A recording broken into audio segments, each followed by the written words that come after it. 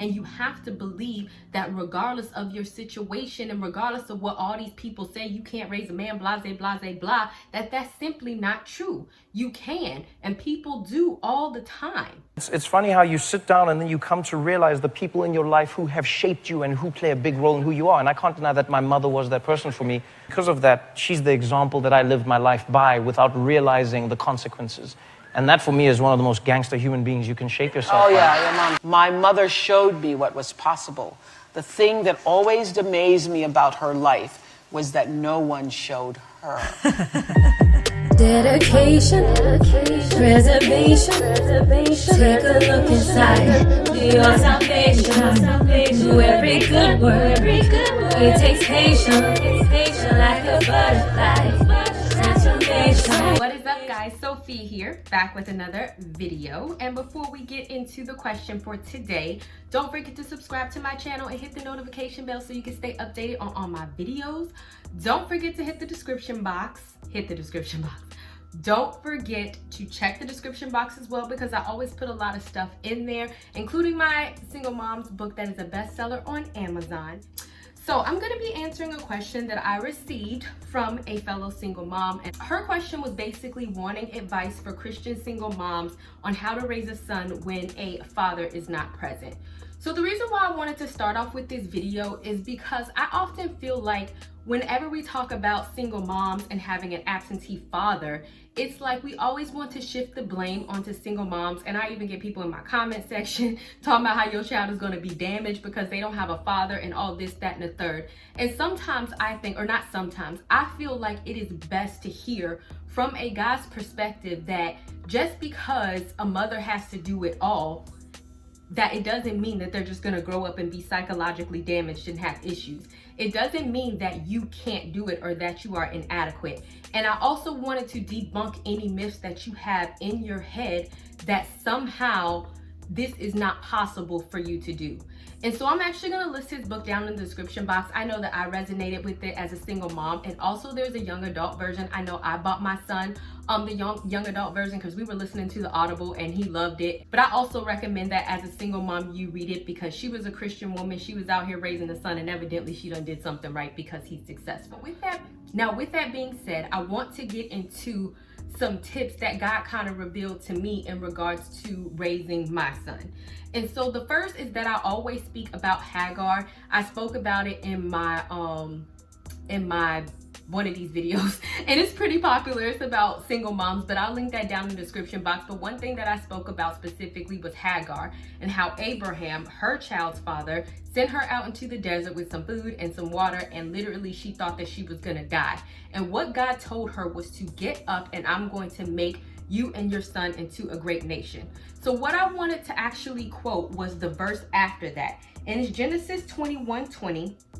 And what it specifically says was that God was with Ishmael, which is Hagar's son, and he grew up and developed, and he lived in the wilderness and became an expert archer. Then it says he lived in the wilderness of Paran, and his mother took a wife from him and the land of Egypt. So basically this goes back to what I was saying. First of all, if you are a Christian single mom, or if you are anybody, God is always with you. And just because they don't have a father in the home, the Bible specifically tells us that God will be a father to the fatherless, and God will be a husband to the husbandless. So don't ever think that, oh, okay, just because nobody is here, that God is not with you. He is always with you. He is going to make provisions for you, and he is going to give you the courage, the strength, and the discernment that you need to help raise your child.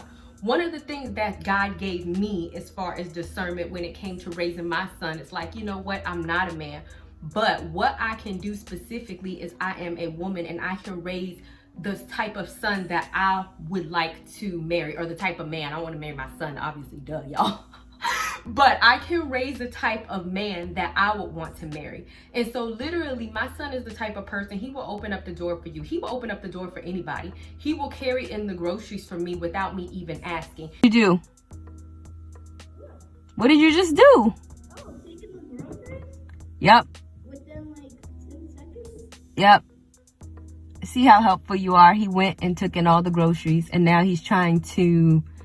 He will do things because I feel like as a mother, these are, especially as a woman who knows what it's like to be abandoned by a man, this is an opportunity for me, I said to myself, to correct and put out a man in the world that I feel the world is missing. And I can specifically say that because I know the type of men that I have dealt with. So no, I cannot teach my sons from a man's perspective, but I can definitely teach my son from a woman's perspective, and I can definitely teach him to be the type of man that I feel that women are missing. And I always said to myself that when my son gets married, his wife is literally going to thank me for raising a son that knows how to treat a woman. And I actually have a blog post on that, and I'm going to link that down in the description box as well.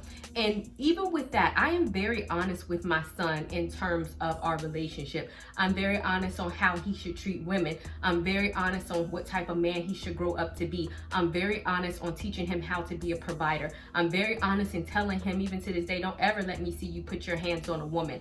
And since my son has such an affection for me, he has an affection on how to treat other women. So it's like, that's the type of energy that you have to bring into the relationship with your son. It's like, yeah, it might be different, but that doesn't make it any less adequate, right? And going back to the point that God is always with you, I know for me personally, even when I was pregnant, my son's father had kind of left, so he was never really in the picture from the very beginning. So I had to really learn how to lean on the everlasting hands of the Lord. And I know that that sounds like corny.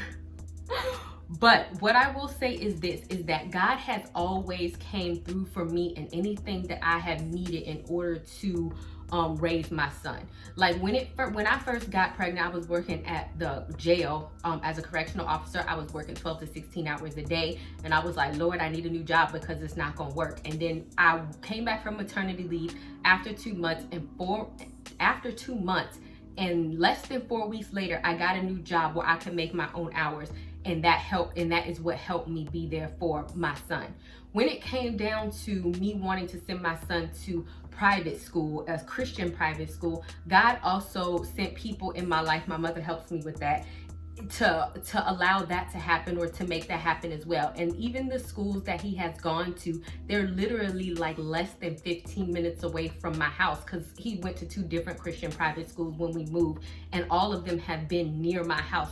I have to go out of my way, or even when I lost my job, he still made it possible in order for my son to attend a Christian private school. When I asked God for a male role model in his life, I spoke about this in one of my previous videos, but my mother's boyfriend, he has been in my son's life since he was like 3 years old, and my son is now 11, maybe around 2 or 3, and they are very close. He has a male role model in his life. So what I would say is that never discount that God is with you, and never discount the fact that God can provide what you need for your child. My son, you know, my family is very close. Even my male cousins are very close, even though we don't live close together. Anytime they are with him, he sees a male role model in them. Country piñata hanging 101.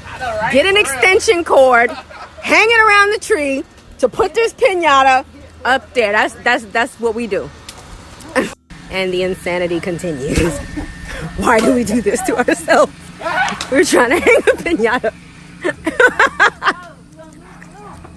And so never underestimate the tribe and the circle that you have around you. No, they might not be a biological father, but there are certain people who are there who are willing to help you. And even at my son's Christian school, they knew that I was a single mother. So there was like certain male mentorships who were in there who knew that they didn't necessarily, that the kids didn't necessarily have a father, and they went out of their way in order to kind of bond with them and teach them and that sort of thing. So I believe that if you pray for provision, and you pray for direction, and you pray for God to show you and how to help you, even if you want that male role model, God will show you that. God will give you that. And I even spoke about the widow of Zarephath and Elijah. And I know this is an odd metaphor. She was a single mom, and she was a single mom just because her husband died. And she was like, yeah, we ain't got no food, and we're literally about to lay down and die. But more than anything, what I want to bring out is that God sent Elijah to the widow, and he helped the widow not only provide food for her, but he also stayed with them for a while. So that was like a male role model inside the home that God had sent, simply because he knew that the widow needed it. She probably didn't even pray for that to happen. She didn't even know he was gonna show up, but he did show up because God knew exactly what she needed.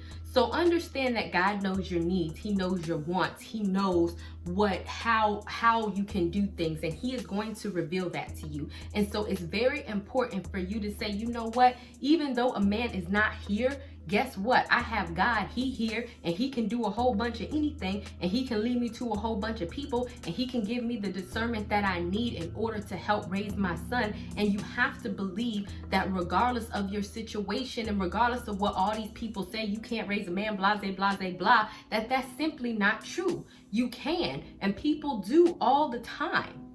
And so you can't set that victim mentality in your head. And this is a crazy story, but I remember I used to have a single mom friend back in the day, and that's one thing that she would always used to feed her son. Oh, you don't have a dad. Oh, he's not here. Oh, you're not going to be able to do this because you don't have a dad. Don't tell your child that. And I'm not saying that you are, but that's a narrative that you don't want to spin to them to make it seem like, oh, there's some type of inadequacy or shortcoming within you, and therefore you're going to be inept in some way because your father abandoned you. Don't spin that narrative with them at all, which is why I wanted to start off with that Trevor Noah video, because I specifically wanted you to see that, yes, somebody can be successful. They don't have to have problems. A mother can do it, and yes, it may be harder. I mean, even if you choose to read the book, you will see that it is harder, but it doesn't make it impossible. And at the end of the day, it just is what it is. And so I definitely hope that this gave you some hope and some encouragement. I know it's not like a 1, 2, 3 step type of thing, but these are the things that has definitely assisted me in helping to raise a son. And I will always say that God blessed me with the best son in the world. And this is not to say that he was never disobedient, because he was, especially when he was like a toddler. I kind of struggled, a lot with doing it all by myself. But if you kind of push in there, my son is very obedient, and because I am a single mom, he is more self-sufficient because he had to be self-sufficient more so at an early age, like literally. And I'll put my single mom's morning routine in there, but literally, even if it's like, okay, we get up, Gabriel will know I have to get my clothes on by this time. I have to do this. I have to do that. I have to do this.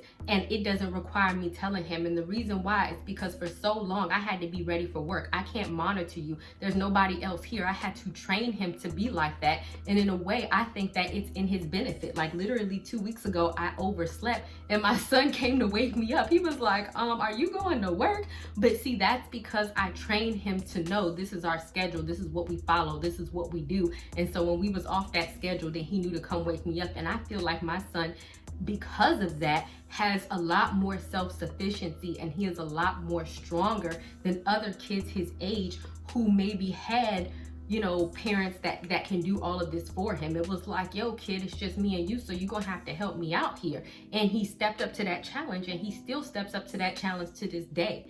So I don't want you to look at it as like a witness, as like a weakness. God never puts more than us than we can bear. The fact that you're in this situation is not a shocker to God. God says that I formed you before you was in your mother's womb. He formed your child, your son, before he was in your womb, and he know the situation going forward, and he knew that this is a situation that would make you stronger and not make you weaker if you're willing to submit to the process. And he's not going to put you in a situation where your son is going to be, damaged, or you don't have the ability to raise a good child, but you just have to be willing to walk along the path, even though it may be harder, and be confident that you are able to do that.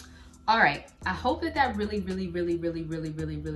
helped, because I'm so passionate about this, and I know people have their own opinions, and I'm probably gonna get some hate comments on this video, because people like to tell single moms that's doing what they gotta do every day that it's our fault that the dad done walked away and all this other type of stuff. It's always our fault, right? But either way, don't pay attention to that. When your son is grown and he is doing a daggone thing and he is successful, that is your proof, and that is your ultimate goal, is to raise a productive, good child that you would have liked to met when you were an adult, or that you would have liked to marry. That's all of my philosophy. Don't forget to check the description box. Don't forget to buy my Single Moms book. That is a bestseller. I feel like it will give you additional tips, and I will see you guys another day, another time. Bye, y'all.